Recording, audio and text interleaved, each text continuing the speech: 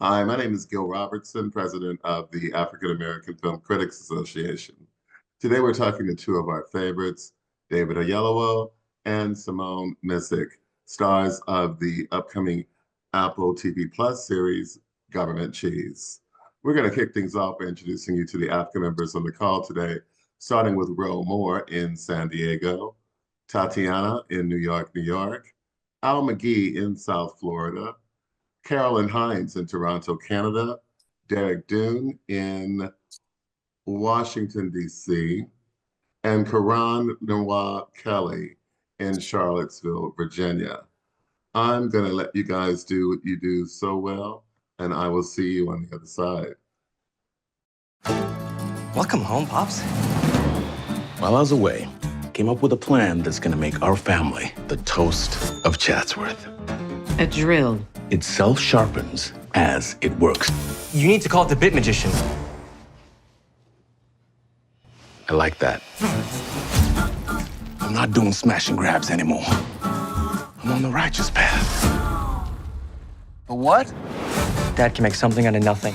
He made the best sandwiches out of government cheese and white bread. All that poison food is probably what made him a criminal. This invention is my family's future. What's wrong with him? You would know if you'd been around. Do you know the Prevost brothers? I owe the Prevost brothers? I think you have a date. Are you in trouble? No. You need money? Yes. It's best to deal with situations in a timely fashion. I'm short on time. Time? It's an illusion. There is no past, there is no present, there is no future. It's all happening right now, so slow down. I know this is hard, but I'm here trying to make things right. Too late. It's never too late. We're a family. Owls are a bad omen. It's warning you. I don't have the money. Oh, Pops. Stickman said if you come to a crossroads, always go towards the sun. It will lead you to its treasure. Thanks, son. I can fix you. I don't need fixing. Oh, you do. You get to choose how you proceed next.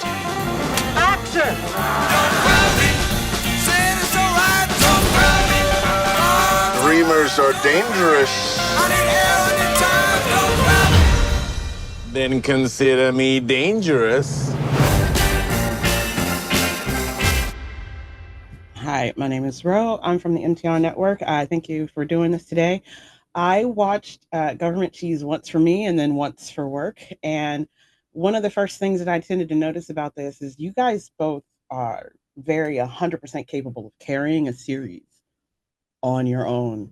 So when you kind of, I watch all your work, but when you kind of come together to blend to want to build the being the center of like a family unit for this kind of quixotic comedy, what was the energy that you kind of hoped that you felt you needed for these characters and then to translate to building this family out?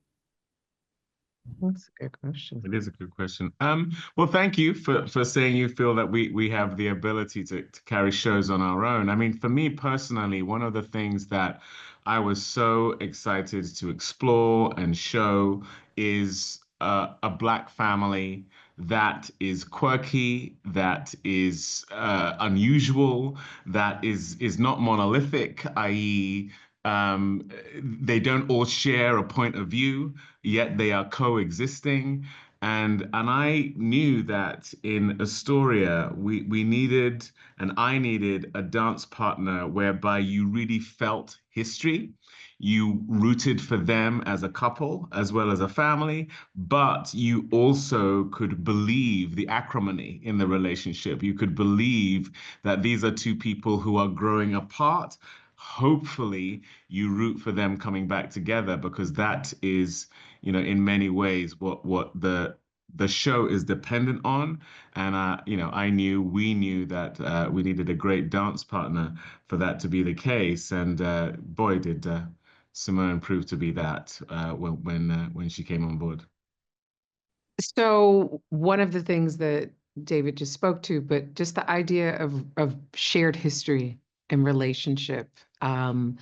I think also wanting to find the light and the levity in the family despite the circumstances, not leaning into the idea of, oh, this is a woman who's been raising her kids while her husband was in prison. Just the concept of that on the page makes you think something that is just not what we were looking to bring to the screen. We wanted to find the ways in which these people defied kind of the norm of what you would expect in these circumstances, because the show is fantastical. It is surrealist. It is a comedy. And some of the biggest laughs that I have in exploring these characters is rooted in very serious experiences and situations that just don't align with the ways in which they approach them. And so it was wonderful working with David. He's a partner who was constantly thinking outside of the box. He always wanted to make sure that we were true to the circumstances, but still finding a way to speak to the history that we were creating in order to make these people feel lived in and real. So that energy of always searching and innovation and being creative was constantly felt on set every day with him coming in, setting the tone. Well, the push pull and the shade, it translates, and I really loved it. So thank you kindly. Appreciate it. Thank you. Hi, good evening, Carolyn for Carolyn Talks YouTube and podcast channel. Thank you for joining us today. This film is very offbeat and is very left off center, as you would say. You said it's very quirky, but even with all of the things that is unpredictable about it, there is something that is consistent, that is something that we've seen time in memoriam, I guess you could say, is women expecting to put their lives on hold for men. And the thing that I think, and it doesn't have to only do with whether the father's away, when he's incarcerated as Hampton is, or if he's away out doing a job or traveling constantly. There's men who are who are in the house who are still absent and expect women to hold space for them in their homes. But something that I love about Astoria is that she doesn't immediately give in to Hampton when he comes back. She doesn't give him space. She's like, if you want space, you're gonna have to earn it back. You know, and I love that she does that, and she does it from the onset, from the moment we meet her. She's like, yeah, you know, I'm not going to step aside so you can find your way in your pocket again. So I want you both to talk about the expectation that Hampton has of Astoria and the boys giving him space that he didn't fill for a number of years, and Astoria making sure that she didn't give him that space, that she was like, you have to earn your way back, not only in the family, but also back in my good graces, because he betrayed her and he betrayed their family. He betrayed her trust. And she's like, I'm not giving you space. I'm not giving you trust. I'm not giving you time. I'm not giving you effort. And I love that about her. So talk to me about that. Simone, you can go first. I think at the heart of this, Astoria is a woman who loves fiercely. She loves Hampton. He is the love of her life, her childhood love, and yet the disappointment of him not living up to his own potential is heartbreaking for her. And so where it looks like to, you know, the viewer that she's keeping him at a distance to make him prove himself to her, there's also the desire that she has for him to become the man that she knows that he can be, the father that he can be, the husband that he could be, the partner. I think she's also made the decision to pursue her own dreams because, like you said, so often women do put their lives on hold and they put themselves second to family and to children. And that is something that I think Astoria realizes she doesn't service anyone by doing. And so it's, although it feels very much like you have to prove yourself and you're not stepping back into these old shoes, all of which are true because she has moved on in some ways, the other part of it is her challenging him to make good on what it is that he always said he wants to do and the vision that he has for the family and for himself.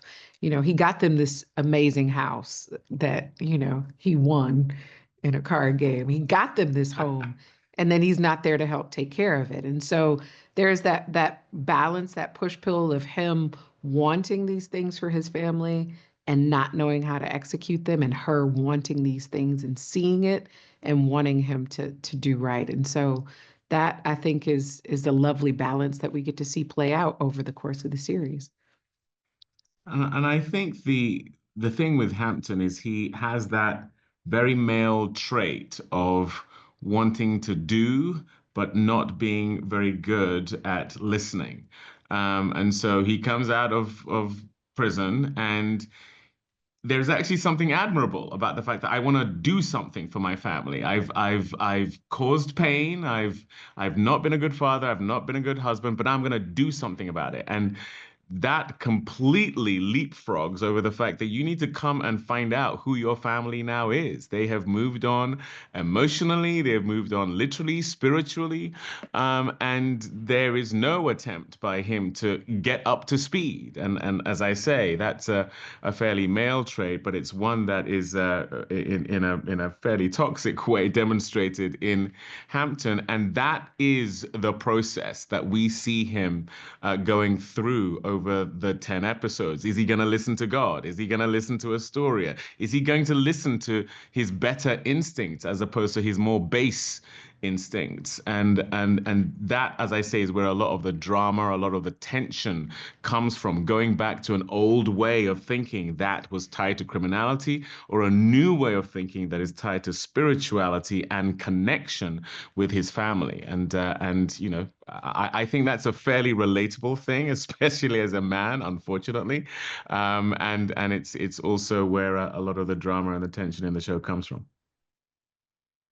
Great. Thank you so much. I enjoy both characters. I wanted more scenes with them. Thank you. Thank you. Thank you. How's it going? Derek Dunn, Reviews and Done. Quick question for Simone. How was your experience working with the iconic Mr. Bokeem Woodbine on set? For me, it was very quick. I did not get to work with Bokeem, sadly. Our lives and our worlds don't cross on screen, but we did get to hang out in the green room, and he's a very lovely person. And what I do know is that every time I came into the trailer when he and David were done, the hair and makeup department was just glowing with how wonderful their work was on screen. And they were constantly talking about how funny David and Bokeem are and how well they played off of each other. And I was able to see that last night when I got to see the first 2 episodes. It was just watching 2 people, 2 artists make magic on screen. And so you can see the breadth of their talent, the 2 of them meeting together. It creates just a new dynamic, these 2 Black men on screen that don't lean into any stereotypes. They're so wildly different than a lot of men I've seen on screen portraying that time and portraying an ex-veteran, you know, a Vietnam vet and an ex-con. These are the ways in which these 2 men have figured out how to show that on screen is beautiful. So I can't speak to working with him, but I've worked with this guy, and both of them are top notch. Thank you very much. Hi, thank you. I'm Al McGee here with YAticket.com. Simone, David, I really enjoy your work. In fact, many of the things that you have done, and David got a chance to meet you at the AAFCA Awards ceremony this year. Now, Government Cheese. Now, you work with the director, David Hunter, and several writers. Paul Hunter. Oh, thank you. And did they have to teach you guys, well, this part is going to be funny and this part is going to be serious, or the script really explained everything for you guys when you were acting it and trying to bring the reality to it? Well, my experience and my initial encounter with Government Cheese as a project was as a short film that Paul Hunter sent me 6 years ago.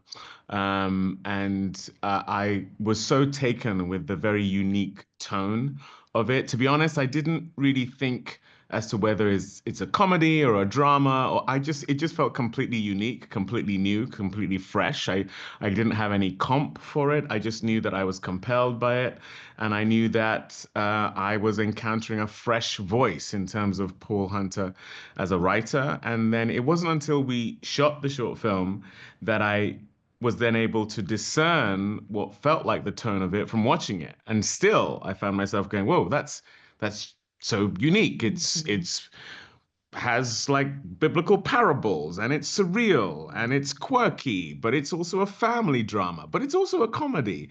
It has vibes of Wes Anderson. It has vibes of Spike Jones and Paul Thomas Anderson. It was so many things all at the same time. And when we decided to then spin it into a show, it was because we just felt there was so much more story to explore. It's based on his youth growing up in the San Fernando Valley here in LA. Simone and I are playing versions of his parents. And so every circumstance, every event, every episode is rooted in some kind of true event that took place in his life. And so, to be honest, we didn't really focus, and they didn't focus with us in terms of both Paul and Aisha Carr, who are co-creators of the show, on being funny or trying to nail the tone. We just knew that it had to have an element of whimsy because it is also being told through Paul's memories. And we tend to look at the past with rose-tinted glasses, in a sense. We knew that we wanted it set in the 60s, but not rooted in any kind of civil rights or racial struggle. Of course, those things were happening at that time, but we feel like we've had plenty of those narratives.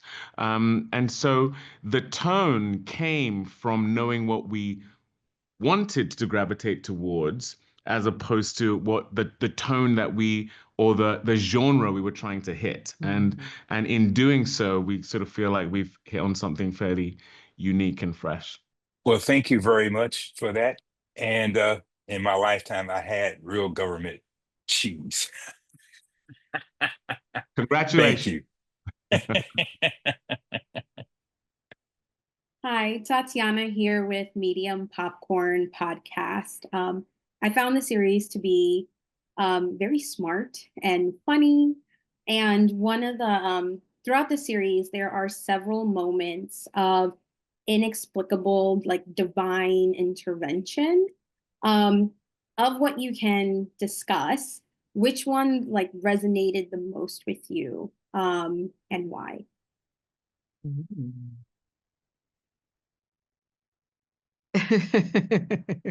So there is a moment, and it's in a later episode where it's a callback to a moment that we see in the second episode. Hampton sees this frog. He's calling out to God, and he's doing what so many men and women in the Bible have done, where they're renting their mantle and they're like, why is this happening to me? And you've asked me to do this and go down this path, and yet here I am. And he sees this frog, which he's, has this vision, this epiphany. Oh, I need to take the leap of faith, the proverbial leap. There is a later moment where Astoria then sees this same frog at a very important moment in her life, where she is trying to decide what to do, which path to take. And for me, that was such a beautiful moment. It's a funny callback and it's a funny moment, but it's also one of those things that, as a believer myself of God, we have those moments where we sit and we ponder, are we on the right path? Are we making the right decision? Why is this feeling this way, and yet I'm feeling pulled in that way? And so to watch them wrestle in a way with biblical elements that doesn't feel didactic. It doesn't feel like we're telling people, how to feel about faith and about spirituality and about believing in something greater than themselves. And yet it's infused in this project in a way. To me, it was one of the best things that drew me to this project, to be quite honest. Yeah, and for me as a believer as well, to see these moments in the show that are evocative of stories you've seen in the Bible. The first episode has a flood in a prison, and we know about the flood in the Bible. There's a part way through the season where Hampton gets swallowed by a fish, and we know of Jonah and the whale. And so you have destruction with the flood. You have a real sort of dark night of the soul with the fish moment, and then right at the end, there's death and resurrection in a moment that I won't spoil for the audience, but these are this is the parabolic element of the show, and whether you're a person of faith, whether you have a religious practice or not, I think we can all relate to the notion that at times we are bereft of meaning, we are bereft of direction, we're looking for a sign. What do I do next? Which way do I go in this fork in the road? And that's something we definitely look at as a theme in the show, and I think is one of the things that adds to its unique tone. Hello, this is Karan Lenoir Kelly from karanism.com and Love Music Pleasure. And I am a believer in both of you. But I'm really curious. There's so many, because this is a period piece, looking at the art and the wardrobe and the hair and makeup, as you mentioned earlier, I want to know what you kept from set. Oh, which You didn't memories. keep anything? I didn't keep anything. No one let me keep anything. What did you keep? You know what's so crazy? I have in my guest room. So the view from Bootsy Bokeem Woodbine's caravan, that view of the peak. Yeah. I have an entire room in my house in that wallpaper. Shut up. So the wallpaper in Harrison's room. Yeah. Yeah. I have that in my guest room. So so I didn't steal it from the set, No, but they I did. I asked Warren Young for that, our production designer, if I could have that wallpaper because I loved it so much. So every time I go in that room, I think of government cheese. Dang it. These are the things you don't know. If you don't know what's on the menu, you don't know what to order. That's hilarious. I've never heard of somebody taking a wall. So congratulations. Thank you. I took a whole wall. And I know Warren. Hi, Dana Abercrombie, the Coalition. My question is, from the beginning in the first episode, there is kind of this kind of tension from the very beginning when these two characters reunite. What I wanted to know is, how do you feel that shapes the character's emotion throughout the series? I think it's always true with people that we are always fighting against something. Our heart may want one thing, but our minds are, compelling us to do or to think or to say and act in other ways. And the tension that exists with Hampton and Astoria is real. It's rooted in the history of these people. It's the reality of a woman who her husband comes back from being locked up. He got locked up by fraudulently cashing her paycheck, got her fired. And, she finds out that he has money that he has She's shaking kept. my head. Right. That he has kept. She has had years of, being angry. And for that anger, it's real. And so that watching that push and pull of a woman who clearly loves this man, but still she has to have boundaries. It's a beautiful thing to watch them explore throughout the season. And the question is, will they get to, a point? And we hope that the audience is willing to stay on that ride and to see what happens with Astoria and Hampton. Speaking to something you both said earlier about trying to work to your better nature and also space and holding space, I was curious as to, given that you both had kind of parallel developing relationships with the young men who played your sons on this show, the same way the show kind of gives parables that don't beat you over the head about like your faith, it feels like it does something interesting about the dynamics between mothers and sons and the dynamics between fathers and sons. What are you kind of hoping, or what was the energy that you kind of wanted to help with those relationships, and how do you think that would translate through the season for the audiences? Well, I mean, for me personally, I have four kids. They are all very unique. I would describe our family as a quirky family, but I think most families, if they really care to admit it, have oddities and things that are very unique and specific to their families. And the reality is, especially when we have Black families, often that is not seen on screen, in terms of the outlandish nature of what you may see in a Wes Anderson movie, or if you see the Royal Tenenbaums or something like that. I just haven't seen the equivalent for us, but I've definitely seen families that they are the equivalent, in terms of Black families. So I think to to see parents able to celebrate the quirkiness of their families. You have one of our sons who wants to be a pole vaulter, one of them who's aspiring to Native American culture. And, we question some of what their behaviors are, but by and large, we support them and allow them to be who they are, and I think that's a beautiful thing. It's one of the things about the Chambers family that I really like, and why I think of them as a family to be celebrated rather than just observed, in a sense, because there's something, I don't know, incredibly endearing about this very family, because they are all sort of unique in their own specific way. I mean, I was raised in a household where my husband calls my parents Black hippies. They were very non-traditional, non-stereotypical. I remember I would go to school and kids would say, "Oh, my parents said because I said so." My dad was like, "I welcome arguments. What are your thoughts?"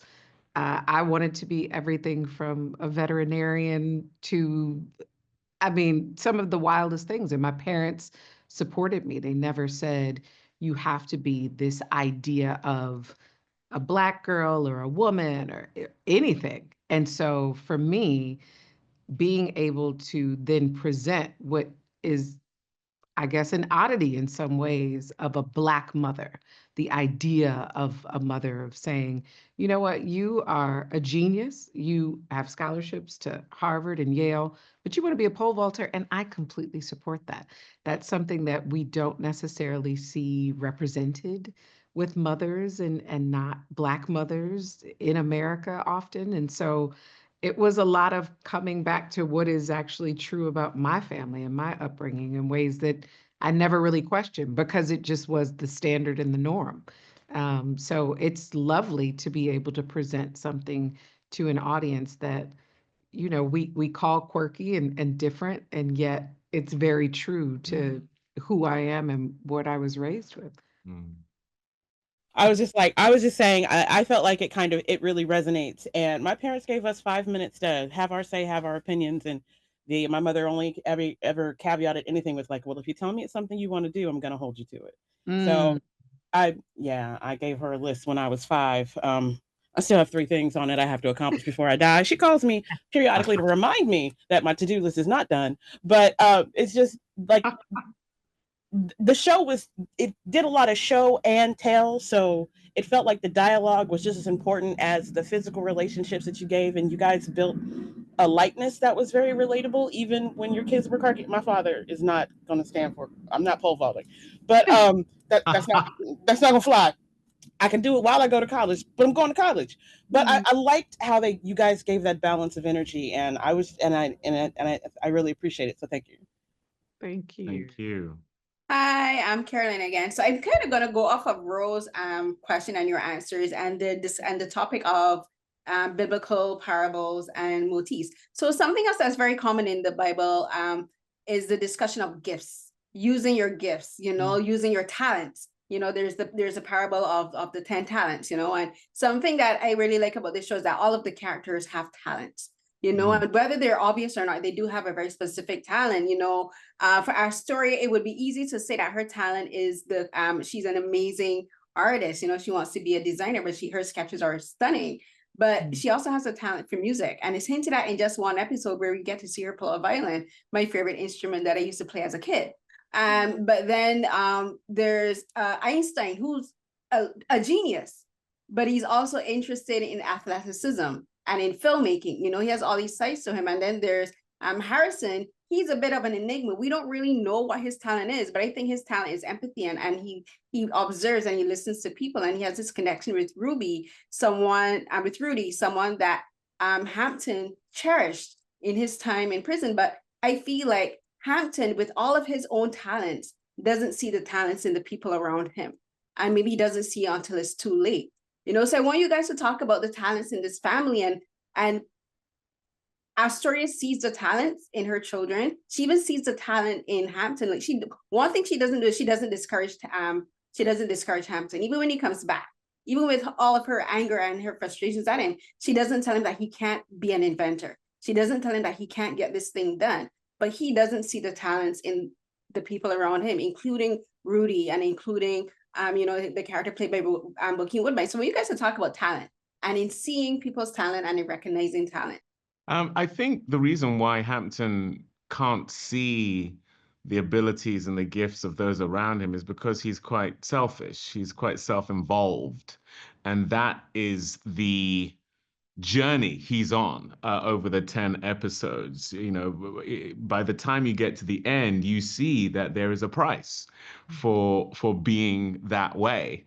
I'm glad to say, as a person, I'm not like that. And in fact, I was the one who I went to, because she's so brilliantly talented, such an amazing scene partner. I just couldn't believe how fortunate I was to be getting to do this with her. And so I went to her one day and I said, "Is there something that you want to do in this show that you haven't been able to do elsewhere?" And she said, "Well, I grew up playing the violin." And I went, "Okay, give me a second."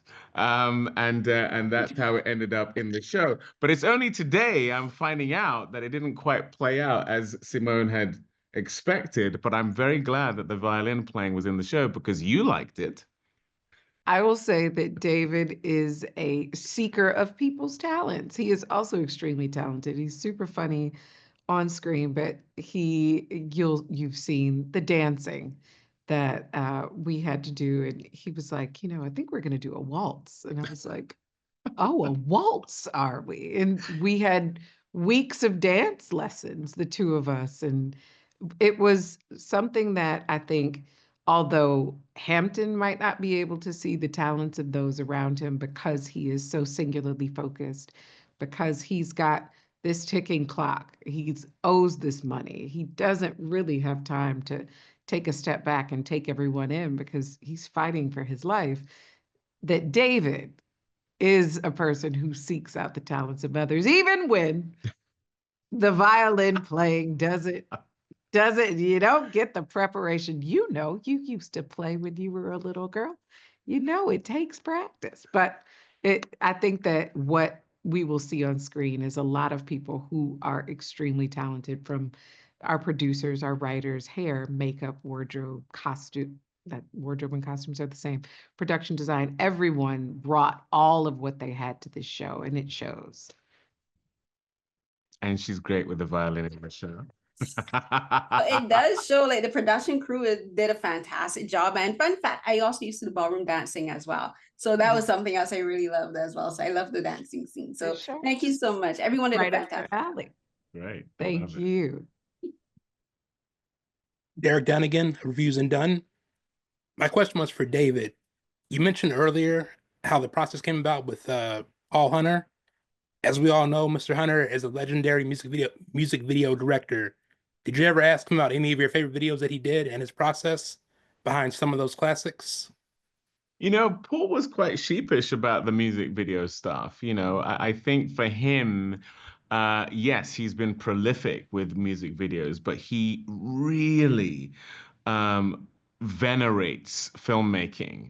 And for him, he wanted to talk less about his music videos and more about great filmmaking and filmmakers, because I think that ultimately is what he really aspires to. I think that sensibility is what he has brought to his music videos. And I think he's quite sensitive about the notion that in some way, the fact that he's done so many incredible music videos will in some way be deemed something that is lesser than the filmmaking that he aspires to and is capable of. And I can see that. It's a bit like a comedic actor wanting to do more dramatic roles, or someone who's deemed to be an action star wanting to do something that is a bit more meaningful or historical. There are just these preconceptions we may have of what different things that we have done in the past might mean about us as an artist. So, you know, I even if I wanted to talk to him about those things, he was quite sheepish about them. But the thing I will say, it is so clear to me that his visual style and the fact that he has made so many of these iconic videos was a huge benefit to us in making this show. It is visually so arresting, so engaging, intoxicating, so specific as well. The dance between production design and costume and cinematography, all of which Paul was very much over, is something you need to have when you're doing these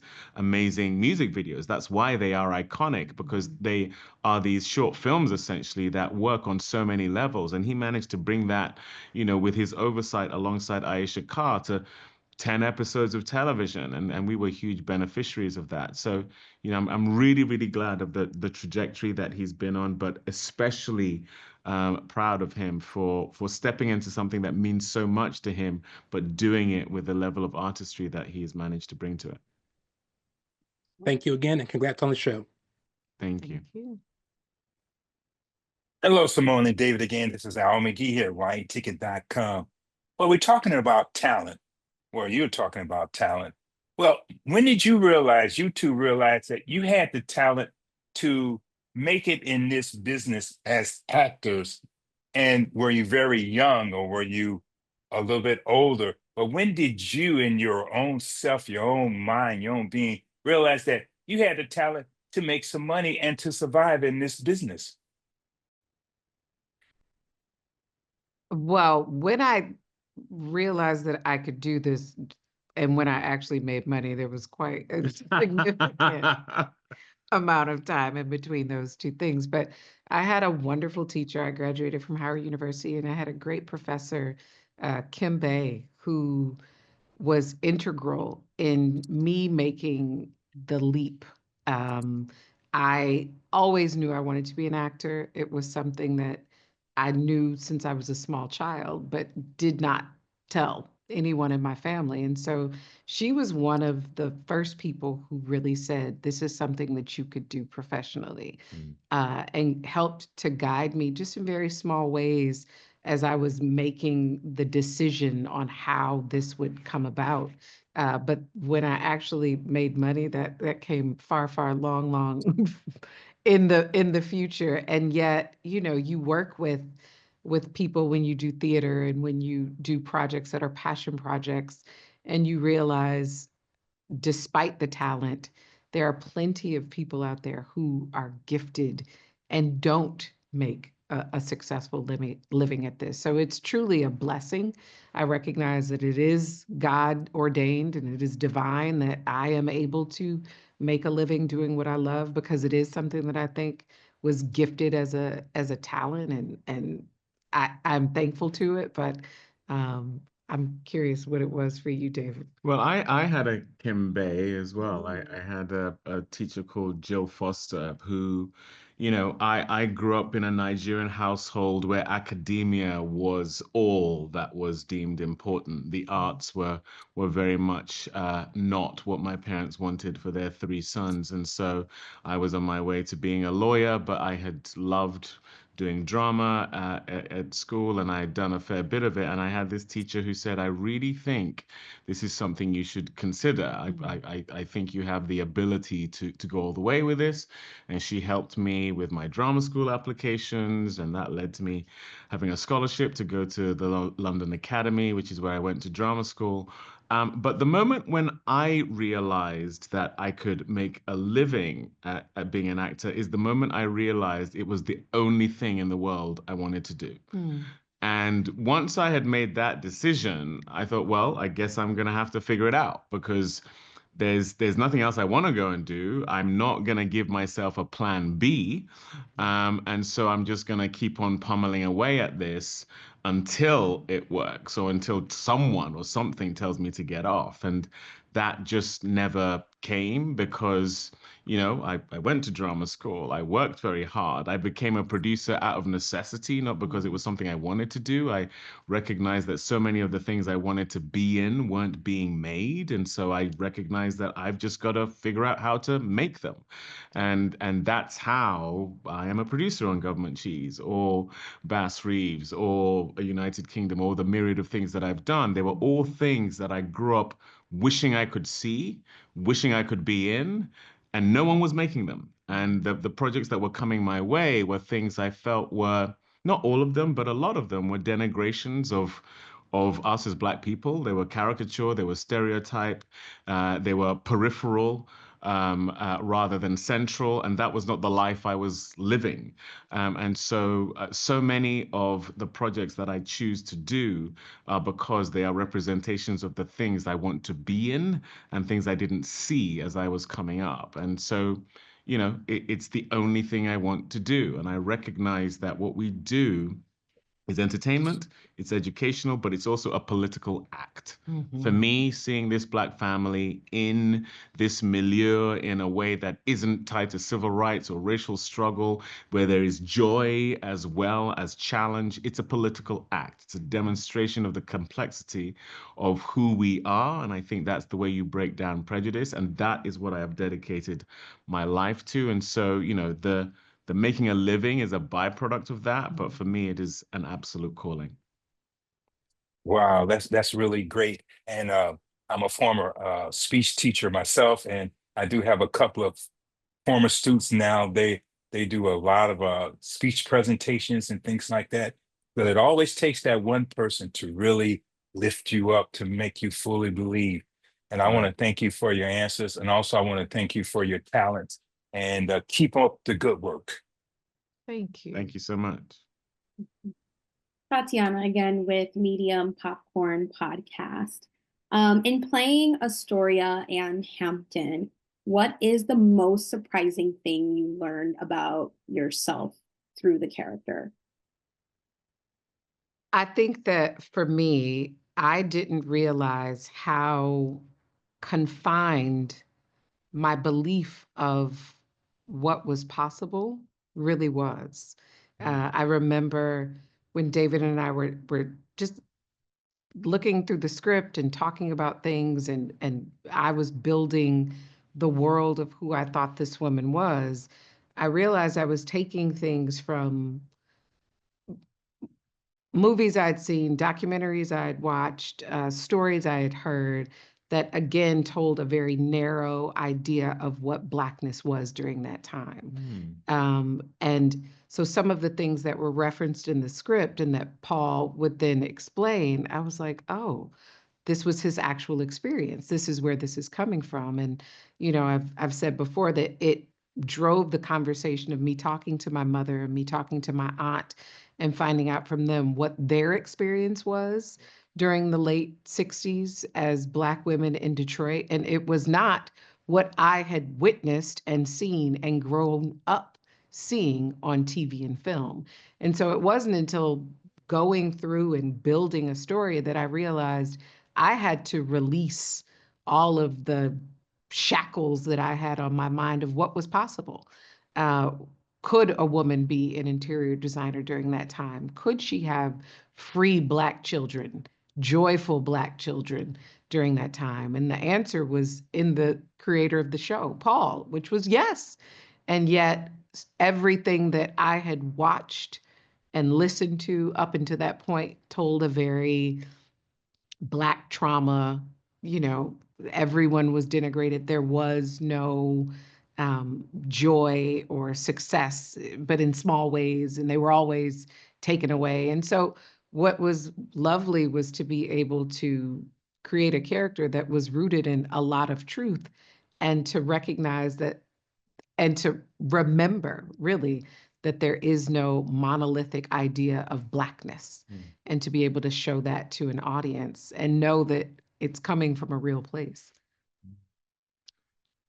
For me, it's I learned about myself that there's almost nothing I won't do to tell the truth of a character. And the way that manifested is I have an abject fear of snakes and of large bodies of water where I can't see the bottom. And we shot by Lake Piru in California in a tall grass area that was infested with snakes. We had 3 wranglers there to catch snakes while we were shooting. Many times they caught snakes. One time, a camera woman had a snake slither over her foot just before we were about to go for a take. She jumped out of the grass. We all had to stop for a moment for them to grab the snake, put it in a bucket, and we kept going. But, I stuck it out and shot all those scenes. And then I had to do a bunch of swimming scenes in Lake Piru, which is, you cannot see, like, you put your hand under the water 6 inches and you cannot see your hand. And it also has really dangerous currents in there. So it's not until like now I'm going, what the hell was I thinking? I believe that you have these phobias. I do. I really, really do. They are real. Those are the 2 things I'm most scared. I saw Jaws as a kid, and I like there are swimming pools I won't go in. There's a shark in there. Surely there's a shark in there. And snakes I really hate. But if it's for a character, something in my brain switches. Yeah, it's and when you watch it, you would never think that Right. this is a person with a phobia, because when they came back from shooting at this seemingly awful place at Lake Piru, everyone was just waxing poetic about how incredible David and Jahi were, and how I never heard that a complaint, nothing. That's you why ask my family. he is They a will producer tell you. They will tell you. and the lead of the show. I hate snakes. I can't even believe it. Thank you so much, Simone and David. And I'm glad you made it out of Lake Piru. I know there's a lot of drama concerning that lake for sure. Oh yeah. There Oh yeah. is. Oh yeah. Lots of crazy stuff. And I told him that before he went to shoot. And my ears just went, can't hear it. Can't hear it. As it was coming out of my mouth, I said, I cannot believe I have just. I don't even remember it. Thank God. Yeah. But that's my brain. It's weird. I was kicking myself. I was Oh, like, really? How could you do that? Oh, wow. Yeah. Okay. Don't worry. It's the brain thing. It switches off. If it's in service of the character, it won't register. Nothing. Okay. Hey, it's Karan again, and I actually was going to ask you about fear, but I think you had that covered for me and you, David. But I'm curious whether or not, because this is a drama and a comedy, and it does have a lot of spiritual lessons and undertones in a lot of the work, is there anything that challenged you with your characters spiritually? Did you, whether it was their decision making, their struggle, but was there anything that you really grappled with either of your characters spiritually? I can say that it was interesting that Astoria doesn't necessarily have a faith that we see her practice, which for me it's always the undercurrent of characters that I approach, but it's certainly the number one thing in my life. And yet to have this woman who, she's got a boyfriend, and the kids, they don't go to church on Sunday. And I thought that was something that was fun to explore, but it didn't necessarily affect me. It's just the realization that we get to play characters that can be completely opposite of who we are and yet find that commonality. And I think that she is on her own spiritual journey as well as a journey of self-realization that I think will resonate. And it certainly resonated with me. But was there something that There was, for me, when it comes to producing the kind of things I gravitate towards, they feel like boulders you put on your back and you have to climb uphill. If you're trying to get a very expensive Western like Bass Reeves off the ground, or you're trying to tell the story of Martin Luther King, or a show like this that is a quirky family in the Valley in the 60s, but it's period, so it's expensive. Those are all things that our industry doesn't instantaneously gravitate towards. They don't feel like things that they go, oh, that's a money spinner.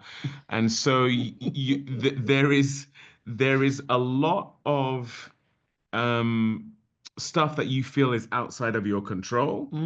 And as a personality, as an A-type personality, like Hampton, I find myself trying to muscle things, and actually the journey I have been on as a person, as a producer, is learning when to relegate control and trusting that if this thing is for me, if this thing is meant to happen, it will happen. Do the work, but there is a moment that it tips from work into force. You're trying to force something, and sometimes it's just not the right timing for the thing to come to fruition. And if you force it, you can break it, or you can do it prematurely, and it doesn't yield the result that you necessarily want. And I think that's something Hampton definitely is guilty of. He's someone who's trying to force things that make it untenable for his family, for his wife, for his own survival, because he has tried to do things in a way that isn't honest or that isn't wholesome. So, I think that's an ongoing lesson for me. I have learned that there's a difference between perfectionism and excellence. Perfectionism is like, okay, I'm going to be a perfect producer today, and that means I'm basically going to get this project off the ground. Excellence is where you've done your best and you let go and trust that what's meant to happen is going to happen. So, that is where I definitely see some commonality with the character and me, and stuff that I've had to kind of work through as we try and get these stories told. Well, thank you both. I will say this was a joyride, and it's a pleasure to see something that's a period piece that's not grounded in the civil rights movement or grounded in, but still has those elements of truth. But it was an absolute joyride. So thank you. Thank you. Hi, I was wondering, how do you feel that both of your characters better each other, even if there is that delusion, not delusion, but dissolvement of marriage or a relationship? I think that Astoria has always recognized the raw talent that exists in Hampton. I think she is an artist in her own right, and yet she did not pursue it. She put that to the side to be a wife and a mother. And so there is a part of her that when he comes out, that impetus is there, that fire is lit under her, that she has to figure it out before she is wrapped back up in who he is. He is all consuming, she says at one point. And so there, although that desire has been there and you see her wanting to make leaps in her career, there has still been 2 to 3 years of him not being there and her not taking that step. And so I think that Hampton coming out, being a man who is just released from prison, and he has a dream already. He has invented something. She's like, gee, okay, I can't sit here any longer and not pursue the things that I want, or else I could end up that 3 years that passed is a waste. And she goes back into that same dynamic in their relationship. So I think that just his sheer determination and self-belief is something that inspires Astoria in a unique way. And I'm a big believer in the fact that women are far better and much more successful at making the transition from being a girl to a woman. You very rarely see a woman who is still behaving like a girl, but you very often see a man who's still behaving like a young boy. And I think the gift Astoria gives Hampton is challenges him to be a man. Take responsibility. What are the choices you're going to make? You have to make better choices. Otherwise, you cannot be in this house. You cannot be in this bed. You cannot be around our sons in an influential way until you have made better choices. And I think that that is, through the course of the 10 episodes, what she is offering him by way of help. Be a man, not a boy. You can't be running around doing this crazy stuff and expect to be treated with respect. You haven't earned it. And so to me, that's the beautiful gift. I know it's the gift my wife gave me. We got married when we were fairly young, but, marrying her was the moment I went, oh, gosh, I have got to transition into a different way of being. There are many societies that have rites of passage ceremonies for boys because it is not necessarily the most natural thing for boys to transition to being men. And I think that's why she is an amazing fit for him. That's why I think after 3 years in prison, despite her kicking him into the garage, she's like, no, that's my woman, and I need her. I'm not going anywhere else. I've got to earn my way back into that house because she makes me better. David and Simone, thank you for this wonderful program. Well, we love seeing it, and we're looking forward to seeing much, much more. On behalf of the world's largest group of Black film and TV critics, thank you for your time again, and thank you for watching this edition of AAFCA Roundtables. Have a great day. Thank you, Thank you guys. very much. Keep up the good work. Thank you. Thank you. Thank you.